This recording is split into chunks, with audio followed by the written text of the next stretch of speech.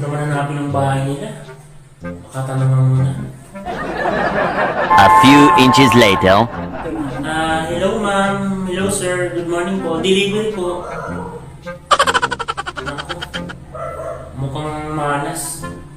Nag-aaway pa yata ang mag-asawa. Hello po, ma'am sir. Magandang araw po.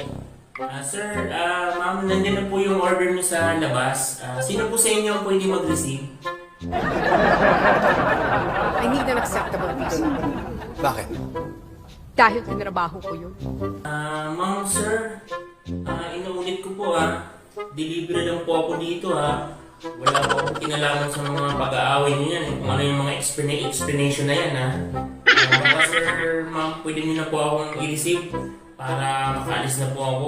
Ayoko po kasing madamay dyan I invested my time and my effort.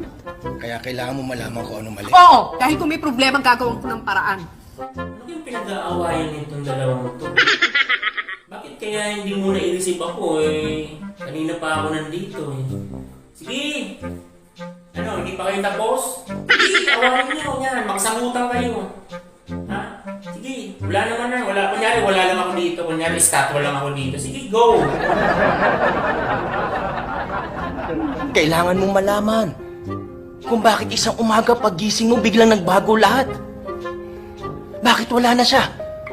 Bakit mag-isa ka na lang? Excuse po, ma'am, sir.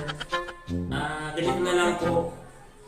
Pagtapos na po kayo mag-away, tumawag na lang po kayo sa opisina. I-redeliver ko na lang po.